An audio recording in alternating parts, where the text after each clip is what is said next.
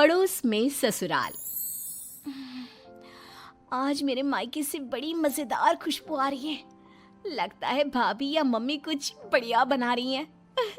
चलो जाकर देखती हूँ और लगे हाथ खाकर भी आ जाऊंगी। मायरा घर से बाहर निकलने ही वाली होती है कि पीछे से उसकी सास आ जाती है। ओ मैडम, कहाँ निकली आपकी सवारी? हैं? माँ जी, दरअसल वो ना आज मायके में भाभी को थोड़ा सा पेट दर्द हो गया है। बस वही तो एक अच्छी ननद होने का फर्ज निभाते हुए उनका हाल चाल पूछने जा रही हूँ मैं। कोई जरूरत नहीं है। रोज तेरे मायके में किसी न किसी की तबीयत खराब हो ही जाती है और रोज तू फुदक के चली जाती है। हमारी ही अकल पर पत्थर पड़े थे जो पड़ोस की लड़की को ही बहू बना लिया। अब आपका मायका 100 किलोमीटर दूर है, उसमें मेरा क्या कसूर? आपका खाना बना दिया है, आटा भी गूंद दिया है, गर्मा गर्म फुल्की बनाकर खा लेना ना आप। ये है मयूरा, जिसका मायका और ससुराल दोनों भी आस पड़ोस में 2 मिनट की दूरी पर है, जिसका पूरा पूरा फायदा उठाते हुए मयूरा हर दिन मायके के चक्कर लगाती रहती है। हेलो मम्मी, हाय भाभी, क्या बात है? आज तो बड़े ही शाही और लजीज पकवान बने जा रहे हैं। कोई दावत शावत है क्या आज हमारे घर पर? खुशबू आई नहीं कि चली आ गई महारानी चींटियों की तरह सूंघती हुई। अरे बेटा, तेरे भाई का प्रमोशन हो गया है, इसी खुशी में उसके मनपसंद पकवान बना रहे हैं। बस आ जाती तू भी, दामाद जी और समधी समदन जी को भी न्योता दे दे। पर मम्मी जी, हमें थोड़ी ना पता था कि ये सब आएंगे। मैंने तो वैसे भी खाना कम ही बनाया है। क्या भाभी, अब आपको ये तो पता है कि मेरा ससुराल पड़ोस में ही है, और आपको तो मैंने कह कर रखा है ना कि मेरे 2 एक्स्ट्रा फुलके सेक कर रख दिया करो। मुझे मम्मी के हाथ की बनी सब्जियां कितनी पसंद है। आई बड़ी महारानी। ऐसे ही मयूरा आधा दिन अपने ससुराल में और आधा दिन अपने मायके में गुजारती रहती। एक दिन सुबह नाश्ते के दौरान मयूरा के ससुर धनराज और पति श्लोक। अरे मयूरा, ये क्या? ये पराठा तो आधा कच्चा है और मेरा पराठा तो कुछ ज्यादा ही एक्स्ट्रा पक गया, जो जल गया है। कोयले से भी काला हो गया। ये तो होगा भी क्यों नहीं। ये करम जली सुबह सारा काम ऐसे ही फटाफट गड़बड़ी में जैसे तैसे निपटाकर अपने मायके भाग जाती है। इससे क्या फर्क पड़ता है? सास को अगर चक्कर आ गए दिन दहाड़े, तब कौन आएगा बचाने? ओ कम ऑन माँ जी, चक्कर, और वो भी आपको? दिन भर आप हर आधे घंटे में कुछ न कुछ खाती रहती हो और फिर भी मुझे ताने कस रही हो। Very bad. तो तू कौन सी गुड है? आई बड़ी। वहाँ मायके के घर में वंदना अपने पति यानी मयूरा के भाई गोपाल से कहती है, गोपाल, तुम ना तुम्हारी प्यारी बहन को समझा कर रखो। अरे तीज त्योहार, रक्षाबंधन, दीपावली, इन सब पे अपने मायके आए तो ठीक लगता है, लेकिन ये मैडम, ये तो रोज ही चली आती है मुंह उठाए। अरे सोचिए मम्मी जी, अगर मैं भी रोज इस तरह अपने मायके जाऊं तो आपको ये सही लगेगा? नहीं ना? फिर वंदना सही कह रही है मम्मी, जरा इस बात पर गौर फरमाइए। हाँ बेटा, मुझे पता है। उस दिन तो गली की औरतें भी सब्जी वाले के यहाँ गप्पे लड़ाते हुए बातें बना रही थी कि मयूरा तो दिन भर सिर्फ अपने मायके में ही रहती है। आज उसे आने दो, मीठे बोल से ही समझाऊंगी, समझ जाएगी वो। फिर जब मयूरा मायके आती है तो, मम्मी, आपको तो कोई दिक्कत नहीं है ना मेरे इस तरह आपसे मिलने यहाँ आने से? ये देख सरोज का मन ममता के मुंह में आ जाता है। ना बेटी ना, तू ऐसा क्यों सोच रही है और तेरी आंखें नम क्यों है? तू क्यों रो रही है बेटा? समधन जी ने कुछ कहा है क्या? उफ़ो, ये मम्मी जी भी ना, उन्होंने एक आंसू गिराया नहीं कि पिघल गई। नहीं मम्मी, किसी ने कुछ नहीं कहा, बस आज आपकी बहुत याद आ गई। रोज आपसे मिलती ही हूँ, लेकिन आज पता नहीं क्या हुआ। और इसी के साथ सरोज अपनी बेटी को कुछ नहीं बोल पाती और अब मयूरा का मायके में आना जाना इतना बढ़ जाता है कि वो मायके के फैसलों में भी दखल अंदाजी देने लगती है। तभी वहां पर बरखा आती है। अगर इतना ही परेशान हो तो उसे घर के अंदर आने ही क्यों देते हो? वो एक पाँव अपने मायके की नाव में रखती है और एक पाँव अपने ससुराल की नाव में। अगर एक नाव हटा दे तो ना चाहते हुए भी उसे दोनों पैर एक ही नाव में रखने होंगे ना। हाँ काकी, एकदम बराबर बात कर रही हैं आप। लेकिन समधन जी, आप अपनी बेटी के मुंह पे दरवाजा लगा पाती क्या? देखिए, मुझे वो सब नहीं पता। अब उसका पूरा संसार उसके ससुराल में बस चुका है। उसे वहां ध्यान देना चाहिए, ना कि इधर मायके में। और इसलिए आप ही हो, उसे यहाँ आने पर आप ही को रोक टोक लगानी होगी। बस यही कहने आई थी। नमस्ते। अगले दिन ससुराल में बरखा की तबीयत खराब हो जाती है और मयूरा उसे बिस्तर पर ऐसे ही छोड़कर मायके भागती है।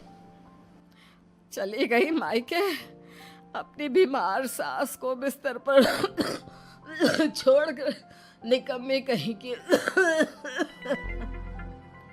रात में जब धनराज और श्लोक दफ्तर से घर लौटते हैं तब वो देखते हैं कि मयूरा घर पर नहीं है और बरखा अपने कमरे में बुखार से तप रही है। और तो और घर में कुछ खाना तक नहीं बनाया है। आज तो हद ही कर दी मयूरा बहू ने। अरे काम काज का नहीं, लेकिन कम से कम अपनी सास की तबीयत का तो लिहाज रख लिया होता। कोई फिक्र, कोई चिंता नहीं। आप ही ने तो चुनी थी ना ये बहू। कुछ देर बाद मयूरा अपने ससुराल वापस आती है। मयूरा, घड़ी देखी तुमने? हाँ, घड़ी में 2 सुइयां एक साथ कितनी प्यारी लगती है ना। बिल्कुल आपकी और मेरी जोड़ी की तरह। मैं मजाक के मूड में बिल्कुल नहीं हूं मयूरा। तुम्हारा ये मायके से ससुराल, ससुराल से मायके घूमने का तमाशा बहुत हो गया। ये सब कब खत्म होगा? तुम्हें अंदाजा भी है, माँ अंदर 103 बुखार से तप रही है और तुम सुबह से अपने मायके में हो। बहू, अच्छा होगा कि तुम मायके जाना कम कर दो, वरना कहीं ऐसा ना हो कि एक दिन दोनों तरफ की रिश्तों की डोर टूट जाए और तुम बीच में ही लटकी रह जाओ। जी पापा जी, आप टेंशन मत लो। मैं मायके जाना तो नहीं छोड़ सकती, लेकिन मैं अपना बहु धर्म अब अच्छे से निभाऊंगी। मैं रोज माँ जी का एकदम हल्की नाजुक पत्ती की तरह ख्याल रखूंगी और आप लोगों को शिकायत का मौका भी नहीं दूंगी। पर मयूरा तो आखिर मयूरा है, इतनी जल्दी कैसे उसे किसी की बात समझ में आ जाती? ये तो उसके डिक्शनरी में था ही नहीं। पहले वो बिना कोई काम किए मायके चली जाती थी और अब कभी कुकर को गैस पर रखकर तो कभी कपड़ों को आधे में धोता छोड़कर मायके चली जाती। उसकी इन हरकतों से ससुराल और मायके वालों को तो पहले से ही परेशानी थी। अब तो आस-पास की औरतों के लिए भी मयूरा अच्छी खासी शाम की चाय की गॉसिप बन गई थी। अरे वो सरोज बहन की बिटिया मयूरा कभी इस डाली तो कभी उस डाली फुदकती रहती है। मुझे तो दिन भर अपनी खिड़की से उसका ये सर्कस देखने में बहुत मजा आता है।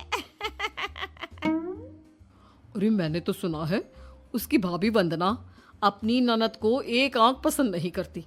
दरअसल मेरी बहू काजल और वंदना ना सहेलियां हैं, इसीलिए पता चला।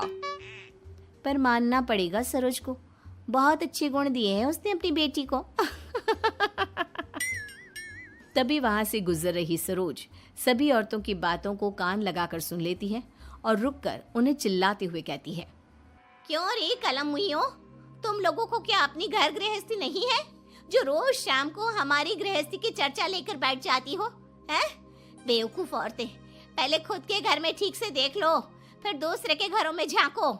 क्यों सल्ला बहन, आपका बेटा तो रोज रात को नशे में धुत लुढ़कता हुआ घर वापस आता है ना? हमने कभी कुछ बोला?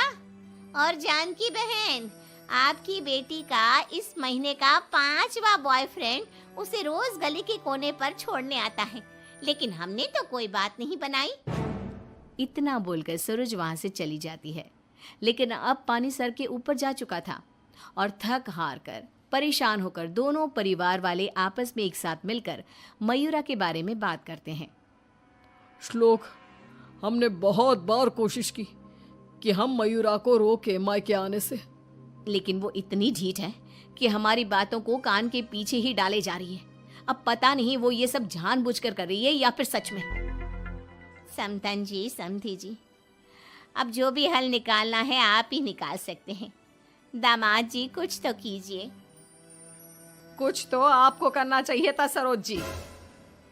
अरे बरखा, जैसे हम बहू को रस्सी से बांध कर नहीं रख सकते, वैसे ही एक माँ होने के नाते सरोज जी भी मयूरा को मायके में प्रवेश करने से नहीं रोक सकती।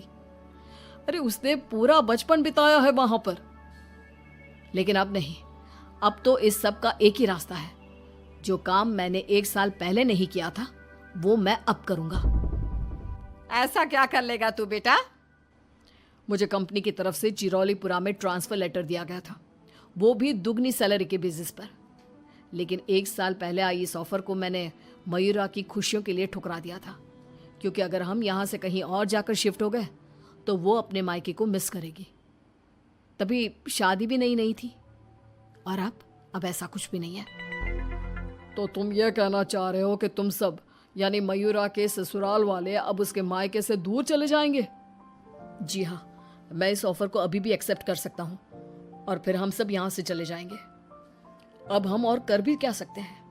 अगर मयूरा को अपने मायके जाने से रोकना है तो बेहतर यही होगा कि उसके पड़ोस के ससुराल को दूर ले जाए और उसके ससुराल वाले ही अलग जाकर रहे, जिससे वो रोज अपने मायके नहीं जा पाएगी। सभी श्लोक के इस फैसले पर सहमति जताते हैं और फिर मयूरा अपने पति की ट्रांसफर की वजह से शिफ्ट होने की बात को साधारण समझकर अपने मायके से दूर चली जाती है। जो भी कहो, सही मायनों में बहू विदा करके तो मैं अब लाई हूँ।